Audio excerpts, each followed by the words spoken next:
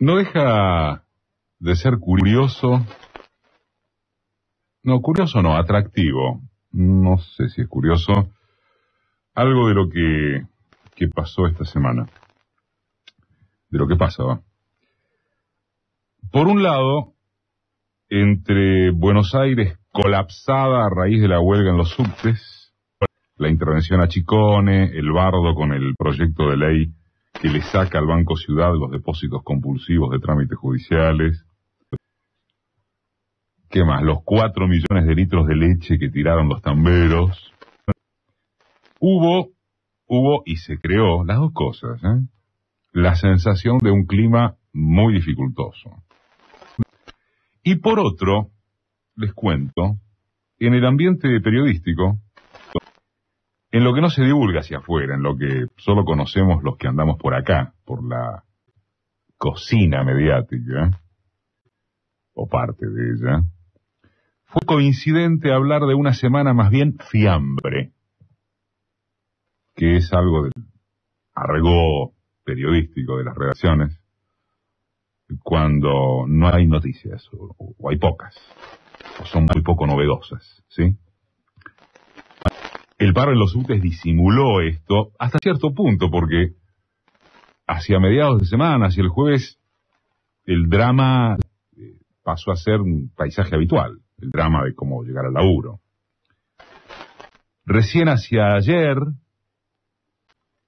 la mención presidencial a cierta modalidad en los ingresos de un periodista marcó otro pico de atención, despegado de Bleona, Generación Dorada y las joyas de o contra Moria Kazán.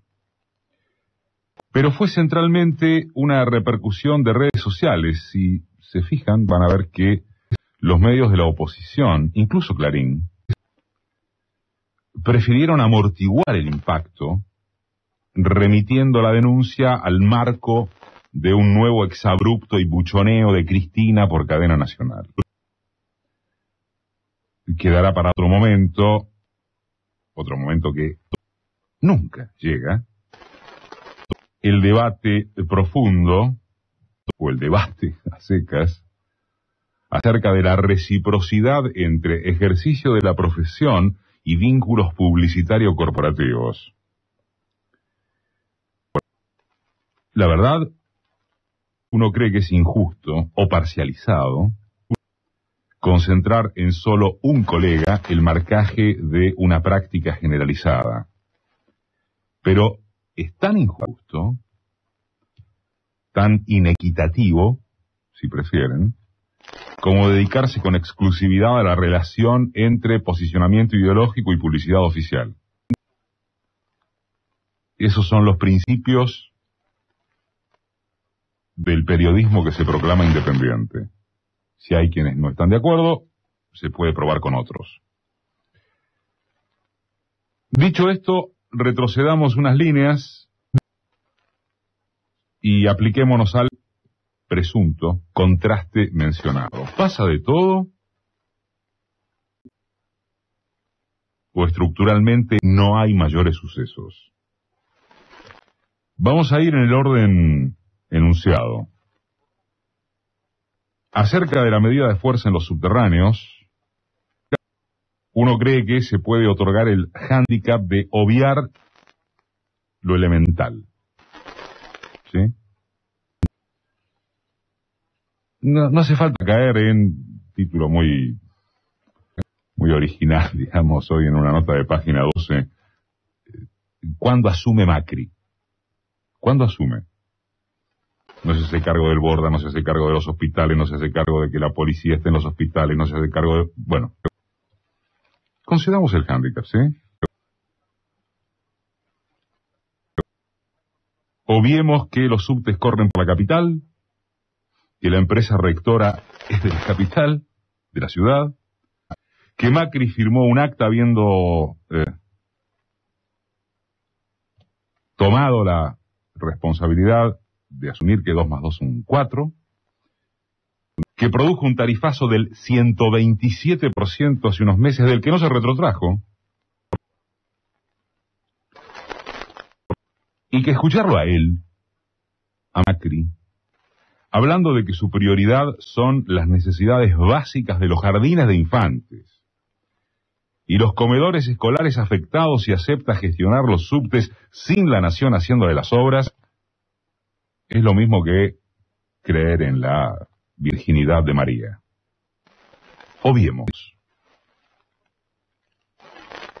¿Concedemos? ¿Quieren? Obviemos. Más todavía. Hagamos incluso que Macri tiene razón o una parte de ella.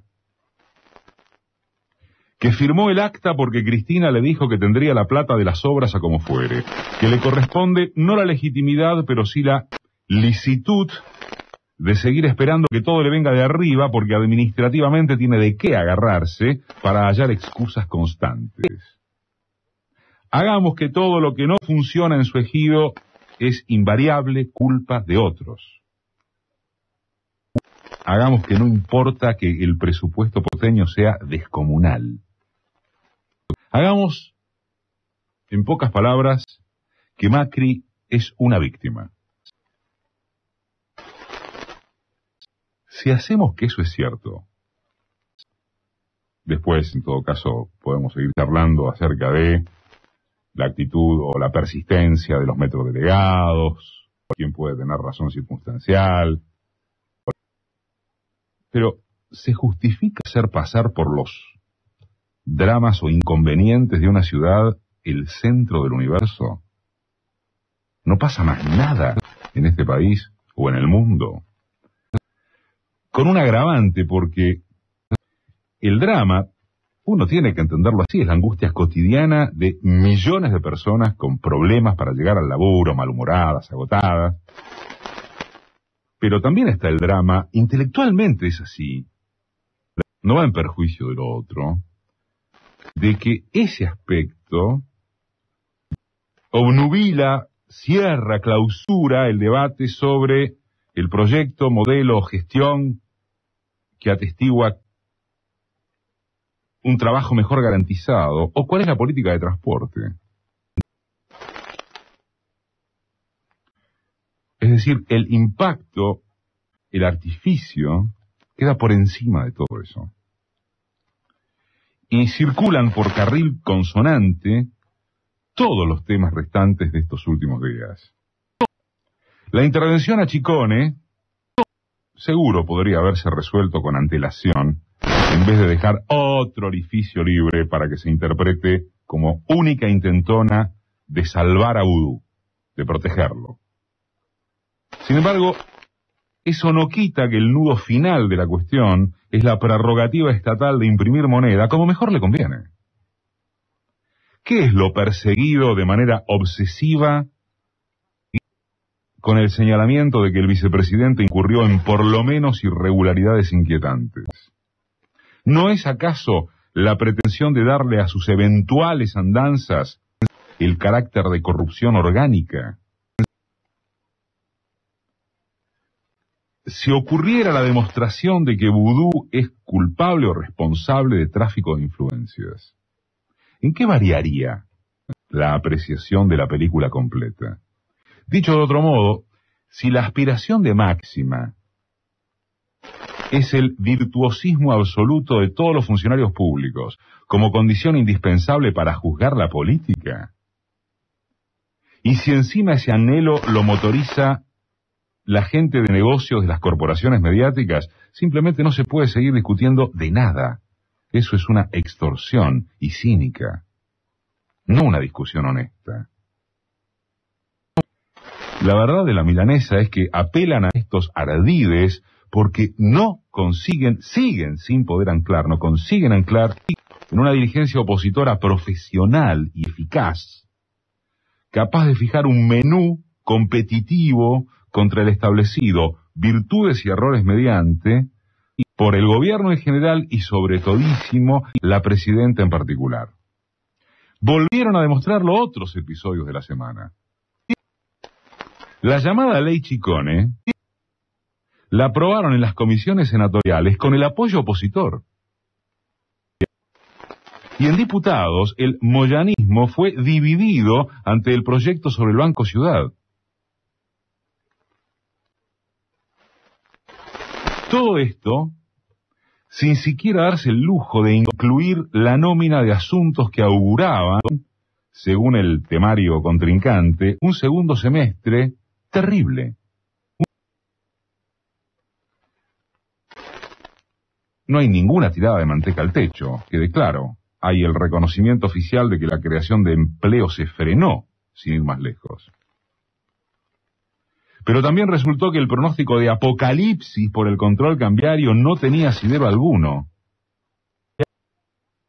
Que las fatalidades endosadas al mandamás de YPF fueron una operación de prensa.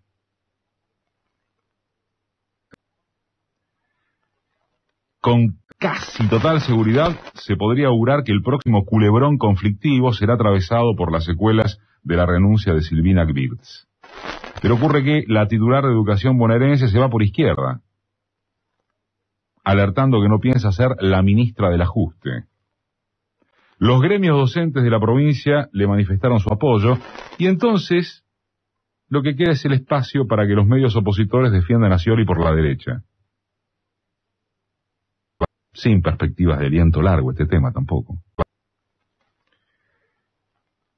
Lo que vuelve a estar en juego por infinita vez en acciones concretas es que solo el oficialismo marca el paso y que por tanto sus virtudes y defectos se potencian o macroexponen.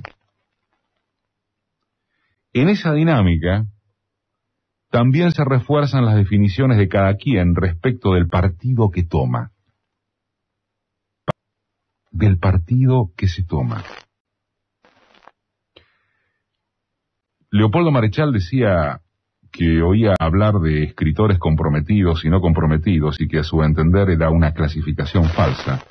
Decía, todo escritor, por el hecho de serlo, ya está comprometido en una religión, o comprometido con una ideología política o social, o comprometido en una traición a su pueblo, o comprometido en una indiferencia o sonambulismo individual, culpable o no culpable.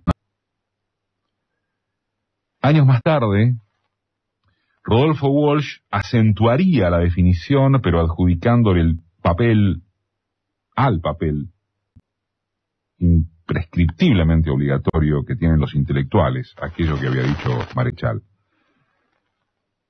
Decía Walsh, un intelectual que no comprende lo que pasa en su tiempo y en su país es una contradicción andante.